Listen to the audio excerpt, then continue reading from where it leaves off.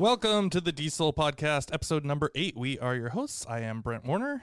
And I'm Michelle Reyes. So today we have a special guest, Carol Salva. Carol, how are you? I'm so great. Happy to be here. Thank you. Thank you. So, Carol, I'm we're so bringing excited. you in right away. So this is our first interview for the show. We've been doing the other format for a few months, and we thought we'd mix it up and do some interviews and for 2020. So we're really happy to have you, but we don't have any structure for interviewing you. That's my favorite. Yeah, That's my favorite, Brent. Yeah, we're bringing you right in at the beginning. We do have our introductions, but if you want to jump in and say anything at any point, we'll just kind of consider you a co-host, I guess, right? Cool. But we do have questions for you that we want to focus on you as well. Yeah, when we get I'm into honored. I'm honored. Let's do it. Okay, so today, Ishel, how are you doing? I'm great. I'm still, by the time everyone's listening, we're halfway through halfway through 2020. We're halfway through the month. We're halfway through the first month of 2020. Right. And hope everyone's doing well. Today, we have a review, one of our reviews. And this is by SW Aquaban. I hope I'm saying this correctly. I know this person. Aquaban? Yes, you're Akavan. Okay. Yeah. Akavan. And this person writes, love the Diesel podcast. It is relevant, practical topics and useful current resources and ideas you can put to work in your class right away. Well-organized content with good flow. Great chemistry between the hosts. So thank you for that. Yeah, that's actually, so I will point out that's a colleague of mine, and it's Susan. Susan, Susan is awesome.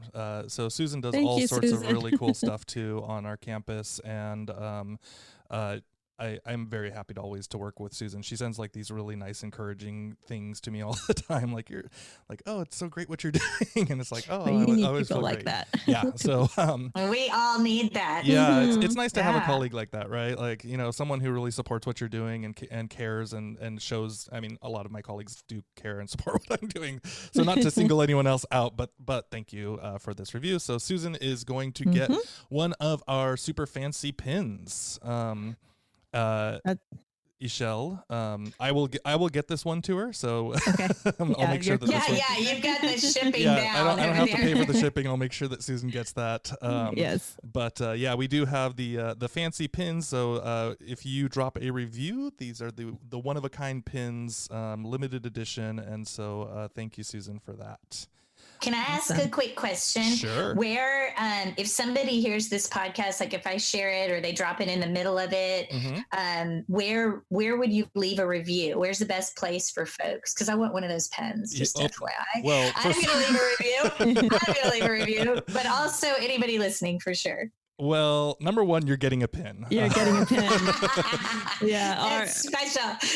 Okay. That's fantastic.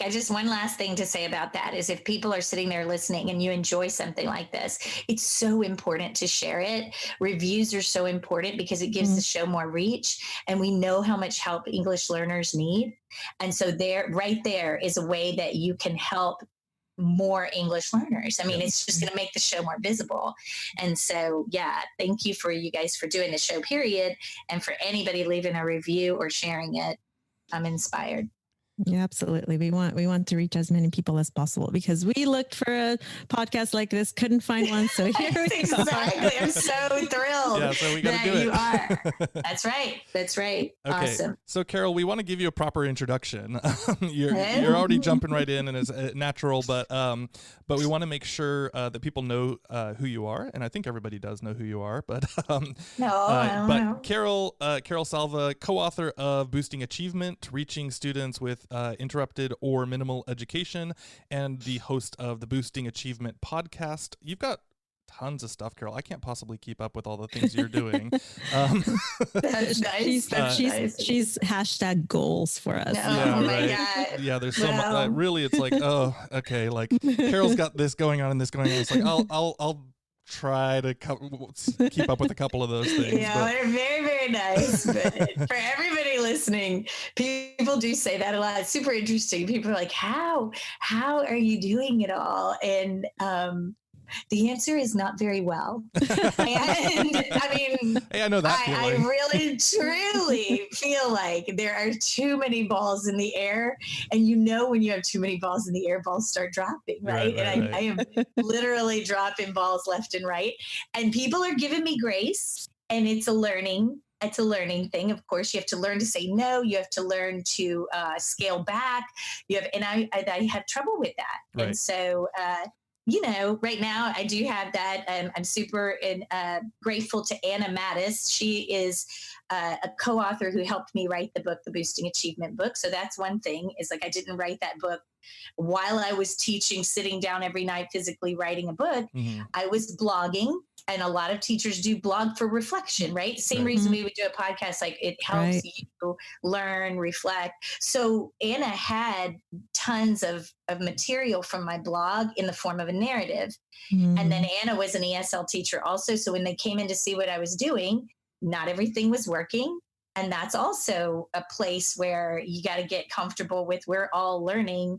We're trying to get better at something, and those things make for a good book too, right? Mm-hmm. So, absolutely. So the book is half narrative from blogs and things and reflections, and half expository, or here's an issue we had, and here are the research-based things that finally happened that worked. And then the fact that I was at the time trying to get my head around kids that had interruptions and in education, or minimal education, limited education in secondary, I was filming a lot of it. A teacher, two different people told me, film yourself and you can become a better coach. So there's an ed tech thing right there, right? Oh yeah, absolutely. Sure. So it's unnerving, but I'm very grateful to Joseph Maurer, who was the teacher who came in to watch me, gave me some coaching. He's a master teacher, but also said, film yourself, and then you'll get better. Don't look at everything. You'll hate all of it. Just look at one thing that you're trying to get better at, and don't even need to share it with anybody. A guy named Curtis George was an AP or an instructional coach. And he's the one that said, you don't need to share that tape with me. You don't need to share it with anybody until you get to where you can't get any better about that one thing. Then bring it to me, and I might be able to give you some tips. It just was so mind blowing to me that this is the best coach. So the book, I say all that because the book has links to a lot of that video from back then. Mm-hmm. Teachers find that helpful and also freeing, right? Like it's not perfect teaching. Right. It's not perfect teaching. It's how we were getting better and what ended up working. And there are even some non-examples.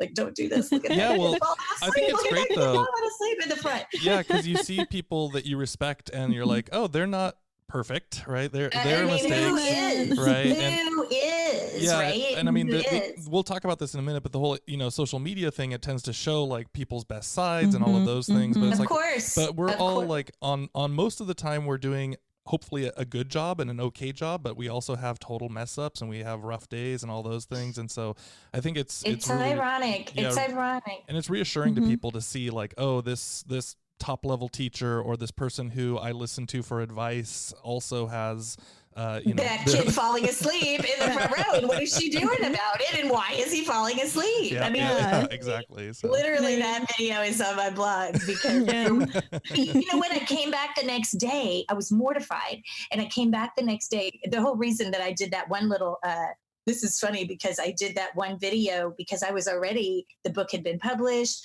I was modeling a co-creating text with kids. Like, everybody can contribute something. Contribute in your language. Let's use a couple of sentence frames so we get some English out of you. But I'm going to write what you guys say to co-create this big piece of text.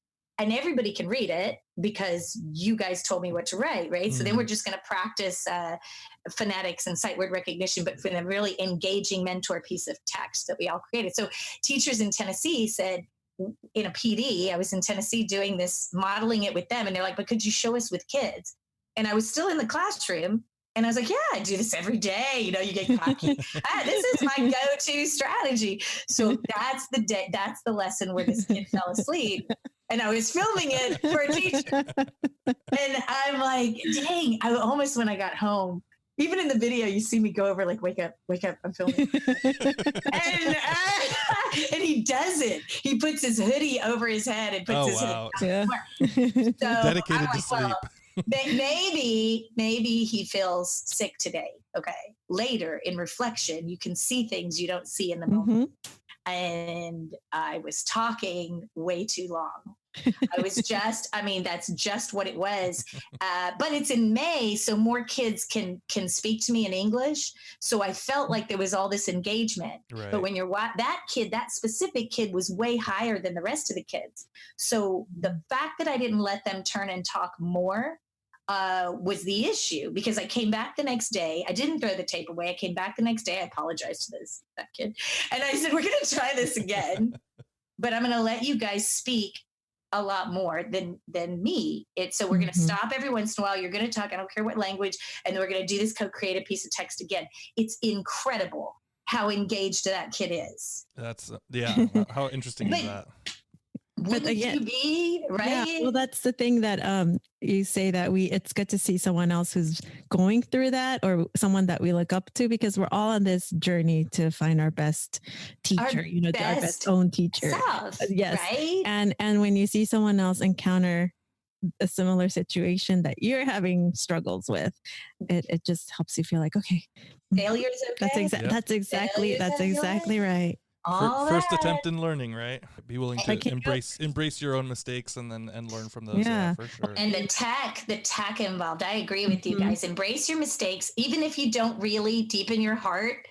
Say it and move forward like you do, and you will eventually. And tech can amp up all of this. I mean, even just in the derailed and talking about this for a moment, tech was a big part of how I got better with those kids in that one lesson, and now how I coach, even what we're doing, this reflection that we're doing, right? Wow. Yeah, absolutely. Right. So, I mean, imagine if all of us had captured that first day of teaching, our very first day of teaching, and we could go back and look. Right, we would want to. We're just glad we didn't grow up where we had everything recorded. It's true. You do have fresh eyes. I do want to lift up the brand new teachers. My sister's a brand new teacher right now, and she calls me a lot, and it's more affective stuff, right? She's doing some great things, but you don't see that. You just see anything anybody told you that you could improve on. And the fresh teacher that walks in, they have fresh eyes, and we don't have fresh eyes anymore, right? I mean, the more you teach. So there's something kind of great about what you believe, what we should all still believe, but you really believe these things when you're brand new. And everybody has something going on great in their classroom. We just don't focus on those things. So you're quite a connected educator. And I think I started following you from something at ISTE. I don't know, maybe in 2014. Somewhere around there, or I don't remember. I presented at ISTE, and I have several times. Yeah. And so, I mean, it's safe to say that with over 13,000 educators plus on Twitter, you're probably one of the. Jeez. Yeah. I wonder why. You're probably one of the most popular ESL focused podcasts out there that you have. But what does being a connected educator mean to you? It's interesting that you say that because in ISTE, I was listening to people back then. I'm very much about tech, right? And I'm not a techie person. Tech fails on me every time I try to show anybody something about tech, or I forgot to do this, or I forgot to do that. I know. And so I'm not the most tech savvy person, but if I can use tech and leverage it, anybody can. So that's always my mantra, is that we should all be embracing it, because it doesn't matter how comfortable you are with it. The kids are getting more and more comfortable with it. So you can use it everybody can use it in different ways. So I feel that it's the answer for a lot of my students. So being connected, if you're asking, what does it mean to me? It means that I have people in my network that I can share with. I can share things like you guys are in my network, and I just shared some real soul bearing stuff. Right. But it's growth, right? So people that I feel comfortable sharing with, and people people that I feel comfortable drawing on their funds of knowledge. We all have something. That's why it's ironic. Like I was just saying, the brand new teacher that thinks on their first day that they don't have anything to share is wrong. They have something. Everybody comes with something. Mm-hmm. And so I want to be connected to that brand new teacher because they have eyes that I don't have. Right. They have a perspective that I don't have. So and I Brent and I are constantly trying to connect with others. And also, I think one of the things that draws us to tech in ESL is that there is maybe a fear about either using tech or the tech part where it fails all the time. And then we tend to think, oh, it's failing, so that's a reflection on me. And so we want to encourage others out there and connect with others. And we're constantly trying to promote the idea of being connected outside of even outside of your work circle. Because like you said, you can learn so much just from even a brand new teacher with new eyes. And so if people want to be connected, there's so many platforms out there: Twitter, Instagram, Facebook, blogging, podcasting. There's just so many choices. Where would you suggest they start? Well, I often tell people that you don't have to be a Twitter junkie, right? Mm-hmm. I am one. I'm admittedly, I'm too far. Like before, when you asked me how do you do it all, and I'm saying not very well. So how do I find time to be on Twitter? Right? I mean, I just am so addicted. Twitter's the reason we can't all do it well, right? Yeah. Oh man, but there's so much. The Twitter river can be overwhelming, right? All these things floating by. But I tell people you don't have to be a Twitter junkie.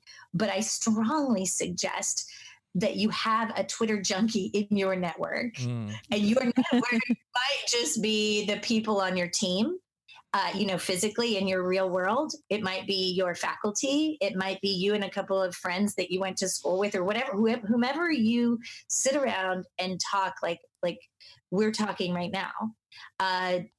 That's your network, right? You've got a network of people that you collaborate with that help you reflect. It might be just one person, but is that person tapping in to the resources that are available out there? And so I don't know if you guys know about that book called Too Big to Know. It's a book by a guy named, his name is David Weinberger. David Weinberger wrote a book called Too Big to Know, and he has a quote. Maybe you've heard this quote, though. David Weinberger says, the smartest person in the room is the room. Mm-hmm. I have it's heard that never good. Yeah.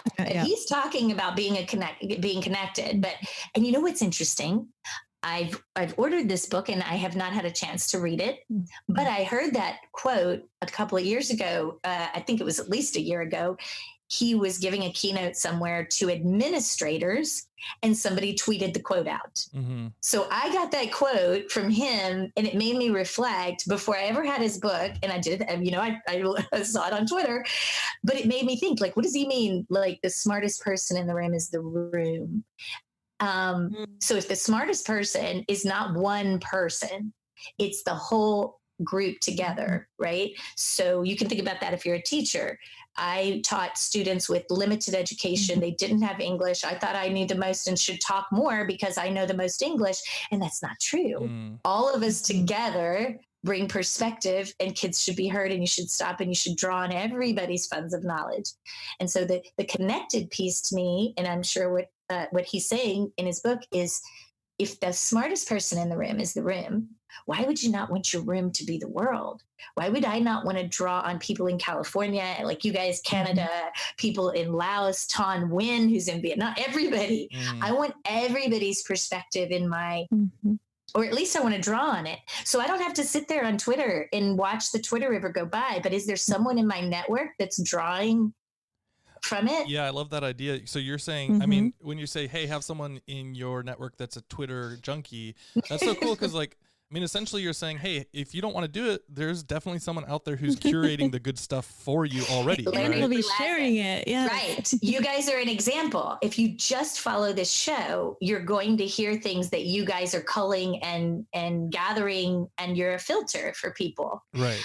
Which is fantastic. Another one that I always recommend is Larry Ferlazzo. Yeah, of course. And yes. So that name resonates with so many people because you don't even ever have to go to social media. You can subscribe to his blog, and Larry Ferlazzo, you will get every morning. He has the best things from around the internet. He has the best list of this. He writes for the New York Times. He writes for Education Week. He writes for, and he's still teaching. He's still in the classroom. He's phenomenal, of course.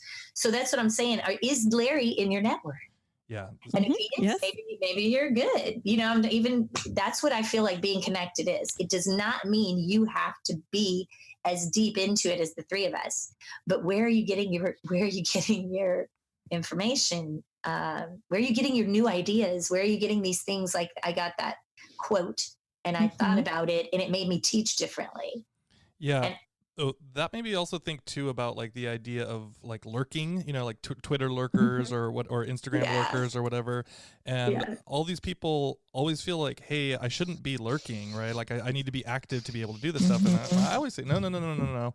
It's totally okay. Just sit and watch and find the people that you like, because in my opinion, it's much more important who you're following than who's following you. 100%. I 100% agree. And so once you find that, like you're like, oh, okay, well, I want to follow Carol and I want to follow Ishel and I want to follow all these people who are talking about things that I care about. Then I can use those ideas and implement them. But it's like, it's not about like, okay, it's nice to have people follow you for sure, of course, and like in some ways it validates that you're presenting something interesting or valuable to some people, but that's not really where I get the value out of it. And so, I really like seeing and creating. Recently, I've been bad about it in the past, but creating lists inside of Twitter, and like really, okay, these are the people who are talking about these things that I specifically want to focus on, and these are the people talking about those things, right? Fantastic. And so I am really interested in that idea. I'm wondering if you have any thoughts on the same topic, like lurking versus sharing and versus curating versus creating new things. Like, do you think people feel too much pressure for some of those, or? Well, it's unfortunate if they do, because I agree, Brent, 100% that lurking. So what we mean is just hanging back and watching it go by, or following a feed. Yeah, it's a negative word too. I shouldn't even be using it. Yeah, no, I always use it. I always use it because people know immediately what you mean by that. Right. And when I use it, I say it is okay to learn. It is okay. It's great. People are putting content out there for people to engage with it. You don't have to engage with it actively. You might be a passive learner. You might be that kind of person that prefers to read, process, or listen, process, and then try something. Isn't that the way a lot of us would start anyway? And so when you're writing a blog, you're hoping it really, hopefully you're doing that for reflection. Hopefully you're doing that for yourself, but also part of that, the reason you're making it public is so that other people might benefit from it. So you think about the people out there, you would hope that there's a bunch of people who are just reading, reflecting, and may never contact you or may never engage or retweet it or whatever, but their kids benefit from that. Their students benefit from it. So I feel like that's the magic of the platforms. There are these great Facebook, like advocating for ELLs and just different great Facebook groups too. And there are a lot of people who are just checking it. There's nothing wrong with that. I mean, if I went and bought a book from the bookstore and just read it and used it, what is wrong with that? That's just receptive and it's fine. I think it's great.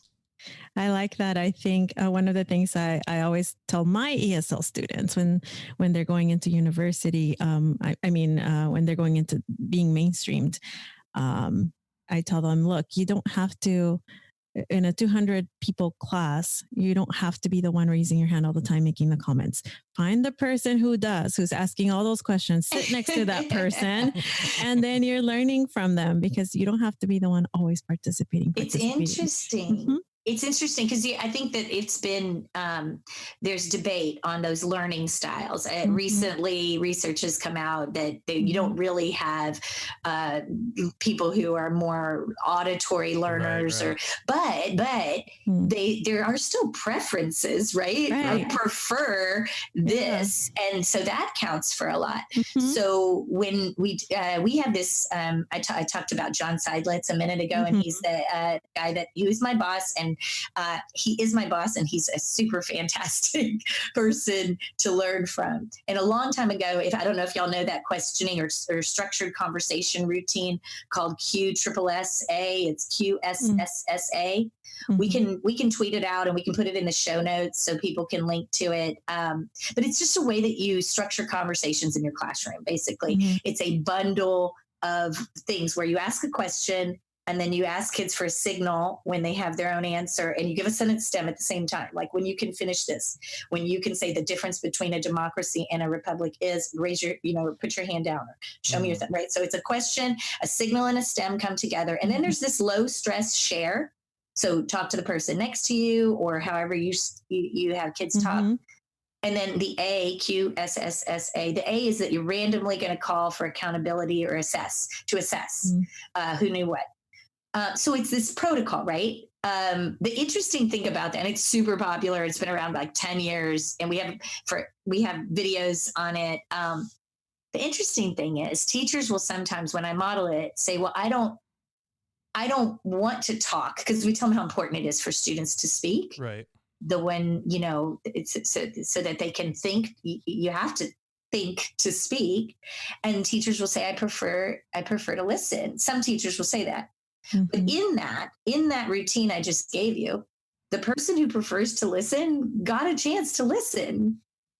They do get a chance to listen. They had to listen to the other person. Yes. So we're trying to show you a technique where everybody is set up for success. But I totally go to what, I just want to honor what Ishel's saying is, if you would prefer that, then you're going to learn better because you're comfortable in that.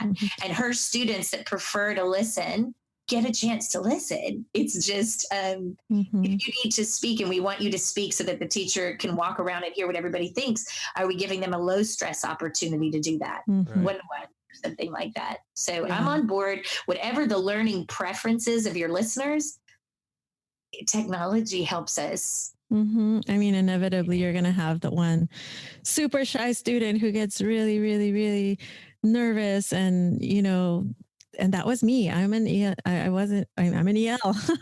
And I did exactly the same thing in my biology class, in my whatever other class. I needed to sit next to the person that asked all those questions. And Okay. So I have a quick question. In your biology classroom, if back then they had the tech that we have available to us now, for the super shy student, we know as educators that the person speaking is thinking. Yes, you can think if you don't speak, but how do I know what you're thinking? And how do we make sure you're thinking? And that would be you saying something to somebody, because you have to reflect and say something. What kind of tech would have helped you back then? Oh man, I would have loved to have had one. I think Class Dojo has something where you can type a question, and then students can put in either in the group or in pairs. They can start typing in, or you can vote. And I know that Nearpod has like voting on questions, and then you can correct yourself or have a conversation. All we had was the clickers, but we never used the clicker. Well, we didn't even have those back when I'm older than you. So it's what's available now. I know we're talking about connected educators, so we can make the parallels there. But in our classrooms, all of this, I feel like when we talk about connected educators and how we learn and lurking versus not and engaging versus not, it's all parallels to what's happening in this classroom, right? You have just the kind of thing we have, a group of a bunch of teachers in a faculty, let's say, and some want to be heard and some would rather just listen. Same thing in a classroom. So how are we? what's available, the microcosm, right? Yeah. So what's available to those kids now, we have to think about that. If it gives us pause the way we learn, but we have the same kind of things too. Yes, it's okay to lurk, but someday you might feel like sharing something. Are there low stress ways for you to share what you know with other people? And can technology help you get have a larger effect in the world? Yeah, so let's switch over to that, because I think the technology conversation, there's so many things that we can do now, and especially with the idea of like, we do want to be low stress. We want to be able to have students feel comfortable in doing their work, and some of these things like some of the techniques or tools that Ishel was mentioning, or things like Flipgrid, I know has been really popular with the ELLs, because they can record and re-record and re-record until they actually feel comfortable about how they sound. So Carol, how do you, what technology are you interested in using, or what do you like to use with your students, or help people understand in order to better access and engage their students? Yeah, it's interesting. So I have a Tech for ELs training that I do, and I still use the Boosting Achievement book. It's just once we're going through it, we realize how many things were a win because technology was involved. It's not like we set out to write any kind of tech book, and it's not. It's about, in fact, the only things I feel like I need in my classroom is chart paper that's sticky. Right. Because we co-create so many anchor charts, and the kids can read them immediately, and they read them and reread them, and they start gaining literacy. But another thing that really amped up everybody's learning when we were reflecting was when we connected the kids with other classrooms.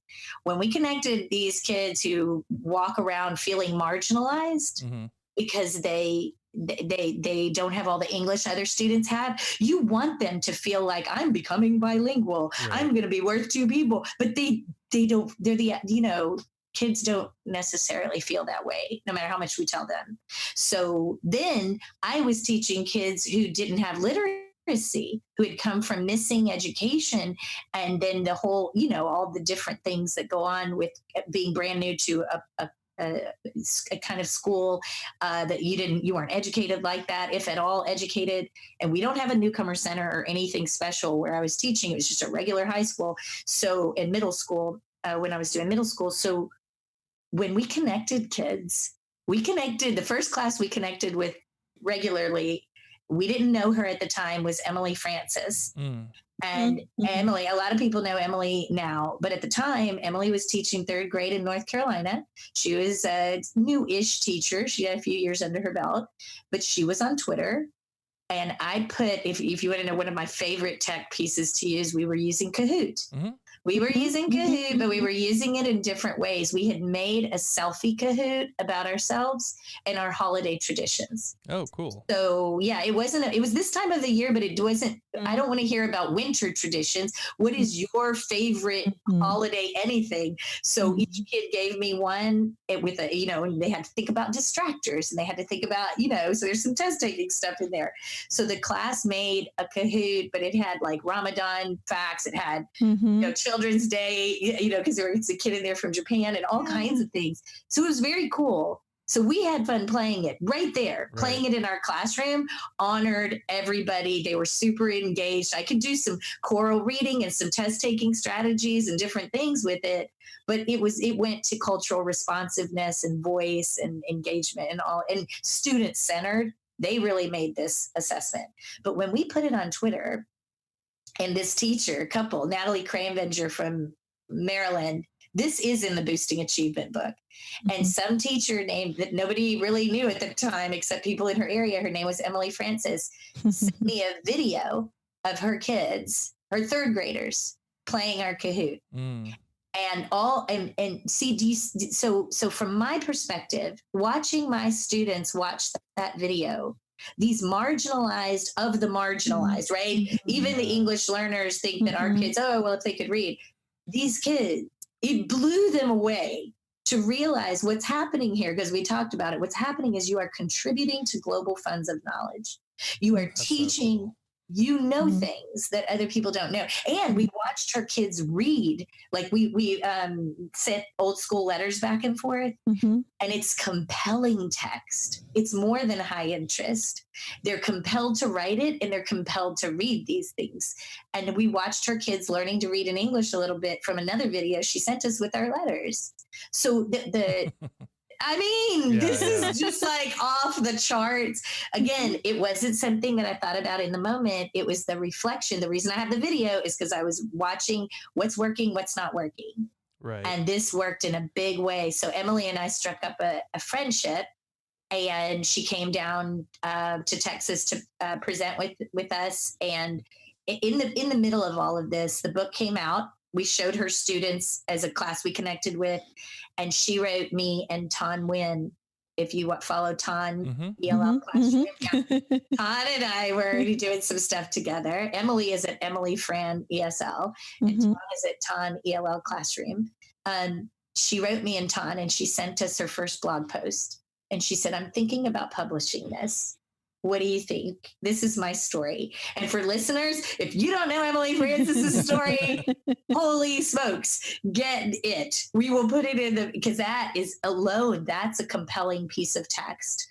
She came to the country much like a lot of my students. She had missed years because just her life experiences in Guatemala, that school only went through 6th grade.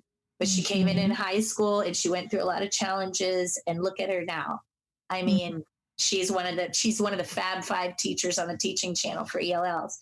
Yeah, I mean, anyway, all of this is tech, right? Right. All of this is tech. That's the big thing, though, is like we talk about this stuff, and it's like so cool, but there's still my issue is that there's so many teachers that are just kind of like, oh, do things the old-fashioned way, and don't realize that when a student sees something big like that, like, hey, we're connected to people across the country or across the world, or like what I do.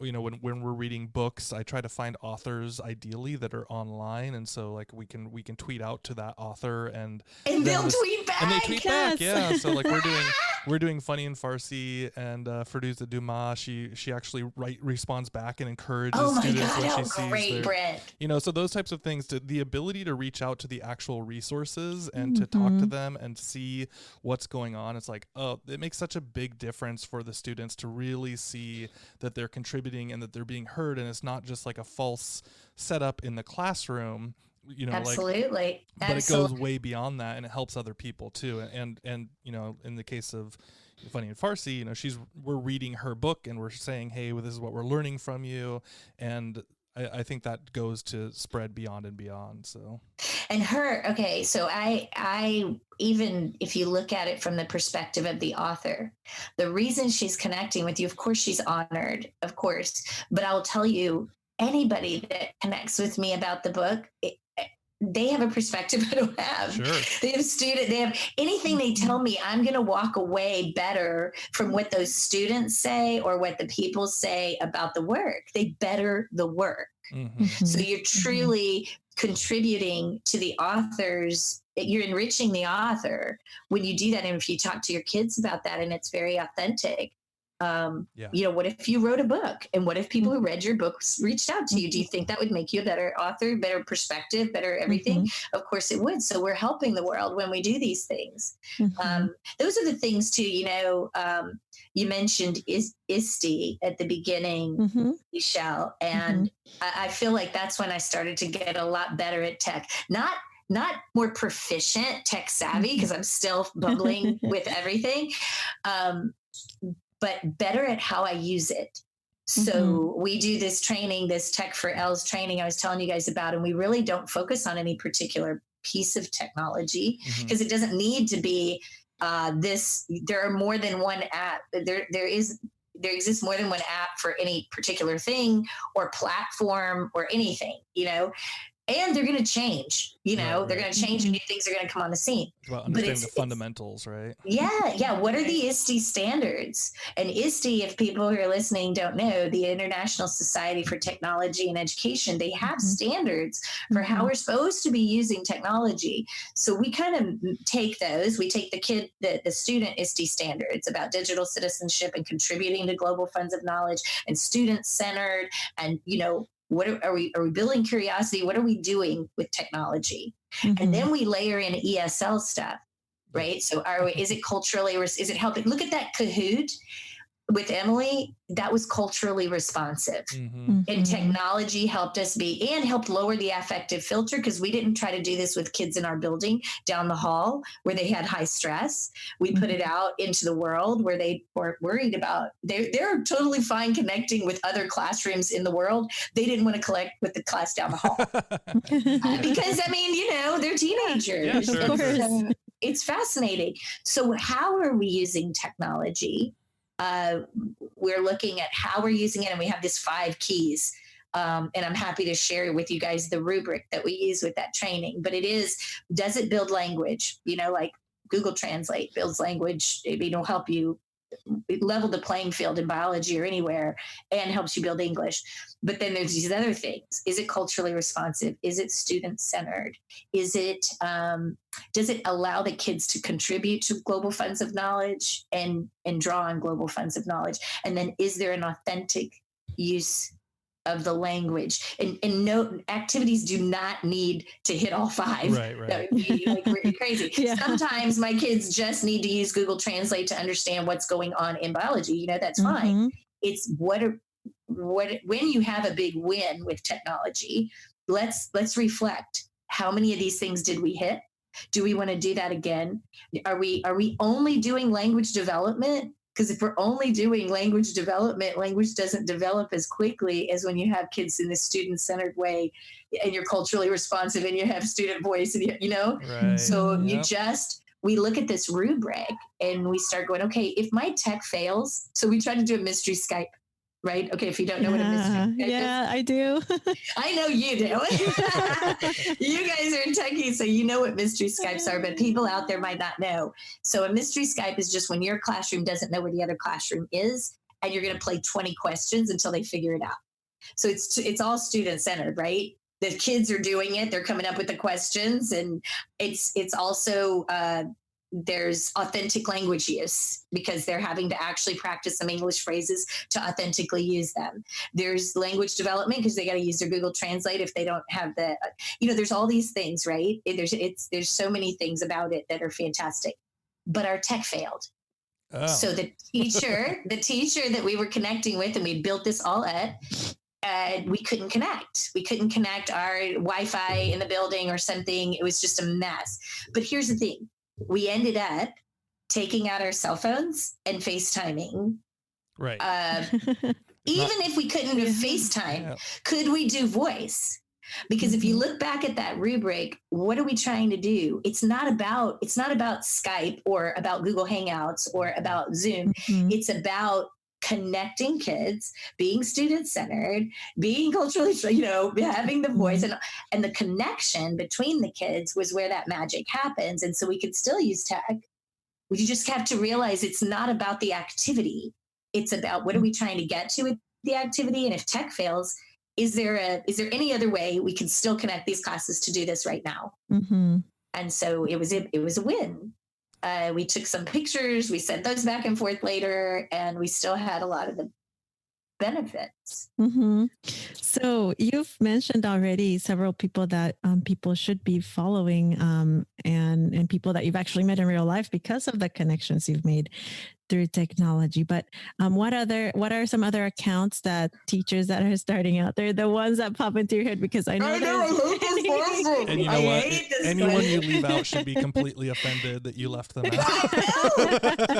If you ever go, when people are doing that Follow Friday thing, Follow Friday or Give Me 5, I mean, I love those. And I love seeing, and I do pick up people to follow, but I have such a hard time doing that. Because it's funny because some people say, okay, you have 13,500 followers, but you're also following about 13,000. Right. And my sister tells me this all the time. Well, just that's choose not your top 3 amongst those. Yeah. That's not real followers. That's not real followers, because they just follow people back and they follow you back. I think that's ridiculous. Yeah. You want your network as big as you can have your network. And then, like you said, maybe you do filters or lists or whatever, but I don't. Well, and as much as possible, you also want to, like, if someone's following you, hopefully they're like in your zone, right? And so get back at them, right? Why don't get that. Oh, I only follow these people, but everybody's following me. I think that's impressive, but you're also cutting off a whole bunch of people like fresh eyes and all kinds of things that you could be getting. So anyway, that's just my perspective. I just love anybody that I'm connected with. I love seeing their feeds and things. And so, as far as though top folks, really, I first want to say the first person that's coming to mind is Katie Topple. And the reason Katie Topple is coming to mind, first of all, is because she and Tana and I are connected offline a lot right now about doing, about how we learn, like just this thing that we're talking about right now. Self-directed PD. We're talking a lot offline about that right now. And I learn a lot from Katie. And it's interesting because Katie teaches pre-K. And that's a perspective that I do not have. She teaches littles and even a couple, I think, grades higher than that, but she's early childhood. And then Tan is second language acquisition, but in another part of the world where it's very different than teaching in the States or somewhere. So I love their perspective. You know, these are two people that I'm connected with very closely. And I just feel like it's enriching. So definitely Tan Nguyen, definitely Katie Topple. And another reason the two of them come to mind immediately is because they started ELL Chat Book Club. Right. Yeah. And so I almost suggest to people more the hashtags than the person. Okay. That hashtag, ELL Chat is the big right there. ELL Chat. That chat has been going on every Monday night for 10 years. 10 years. It has got some staying power, and Judy Haynes and Karen Nemeth and even Shaylee Santiago, who helps them archive those chats. Of course, you want to follow those people because their chat has been going on every Monday night for 10 years. And so if you type in ELL Chat, that's like a basket, right? A hashtag. So you're going to get, and now it's not even every Monday night. It's all week long, any time of day. People use that hashtag to just connect with like-minded people and see what people are saying. So if you want your tweet to get a certain amount of people seeing it that don't follow you, or you want to find things, that's a great one, ELL Chat. So Katie Topple and Tan took that, we were all participating in that. Their hashtag is similar, but it's different. It's a slow chat that happens over about 5 weeks or so, depending on the length of the book. And they're doing a book club online. So they're the founders of ELL Chat Book Club. And the hashtag is ELL Chat _BK Club. So if you put that in right now, they're doing Breaking Down the Wall. And that is like Andrea Honigsfeld and Tanya Ward Singer and Diane Stair Fenner and some of these huge Corwin authors all came together to write this amazing book. That's what I'm saying. If you follow that hashtag, you're going to immediately be connected to people you want to be following. You're going to see who the authors are and this and that. Great. So definitely, I already said Emily Francis. I would my top person always, if you're going to just follow one person, I always say Larry Ferlazzo. Just because he's written so many books, he's connected. He has us all connected. He's constantly sharing out. Here are the top people if you teach English as a foreign language. Here are the top people if you teach newcomers. Here are the top. He's constantly. And here are free resources. He's constantly sharing free resources. Yeah. Larry Ferlazzo is great. And now it is time for our fun finds. And Carol, do you have any fun finds for us? Well, I do. I'm not quite sure if it's okay, but the thing that I think is super powerful, and to me it's fun, is Voice Ed radio. Now, people can just go to voiced.ca. Just go to that website. It's not spelled. It's voiced.ca. voiced.ca. Voice Ed, that'll take you to Voice Ed Radio. And Voice Ed Radio has education radio 24 hours a day. So when you go there, you just click on the stream and you'll hear a show like this one playing. And it's all education radio 24 hours. But you could also say, you know what, I want to see Carol Salva's Boosting Achievement podcast. I just want that. So you could click on my page and there are podcasts, but there's also blogs there. But it's just the easiest thing. There's an app now. so I can have it on my phone. And it's just, people who start to get, I mean, like I'm just lurking when I'm listening to it, when I'm listening to that. But it's education radio in your pocket 4 hours a day, and you find new podcasters and find new shows, or you can just zoom in on the one that you want and play that one on demand. I love that. So it just loops. I do. It just loops. Yeah. Well, there's a programmer, there's a station programmer, and so it's just something coming on all the time, right? Every day is different there, but you can also look at the lineup if you're on the website and see when shows are coming up. So they're scheduling programming, but there are also live shows and there are call-in shows. It's just like a radio station, but an internet radio station that's all education. That sounds awesome. That is cool. It is Voice Ed Radio. Is the hashtag is Voice Ed Radio. It's actually out of Canada, so you can look at Voice Ed Canada at Voice Ed Canada. But the easiest thing is to go to the website voiced.ca. Awesome. Okay. Awesome. Well, my fun find this week or this month, usually I have techie type things or cosmetic type things. So my fun find. I always love your cosmetic ones. I want to hear the cosmetic ones. So it's wintertime and your lips might be getting dry and there's just so many products out there. And I found this Korean lip cream. It's by Apieu. It's APIEU. And it's called Madecassoside, and I'll have to spell that out on the show notes. Yeah, it's a very light lip balm you put on at night, and it's not oily, it's not thick. It just feels like you've got moisturized lips in the morning. So, and it's only like $7, and I love a bargain and I love a good product. So I love your fun find. Yeah. For your dry lips, Brent, please try Apieu Madecassoside. So you're saying this is a nighttime thing though, right? Like it's yeah, you just leave it overnight, but I put it on anytime because it's so light and girls don't like heavy things on their lips. So right. I know, that's why I'm loving it so much. Yeah, I'll be open-minded to it. I'll see if I can get that into my rotation as well. All right, so mine is a comic. I don't know if you guys have seen this. It's called Strange Planet by Nathan Pyle. It's all free on Instagram or whatever else, but he does these like little alien creatures. And they're basically kind of showing how ridiculous and how weird humans are, but they're kind of replacing the words through an alien perspective of it. So, for example, there's this one, and just as a basic example, there's the setup is basically that they're at a dentist's office, and the dentist character comes in and says, "I'm here to scrape your mouth stones," and so it's like all these awesome. Like weird ways of phrasing what we do all the time, right? And so fresh eyes, fresh eyes, right? Just like we were talking about earlier. So he says, the dentist says, "Have you been forcing string? Now we wear the trash. Now we wear the trash necklace, right? Like so, just these little kind of really clever. Yeah, exactly. It is the fresh eyes, a different way of seeing how we live our world every day. And so he just put out a book, which I wanted to support because I've been enjoying the comic for a while. Nathan Pyle's Strange Planet. Strange Planet. I'm looking it up right now. Awesome. Yeah, it's great. There's so many good ones on there too. So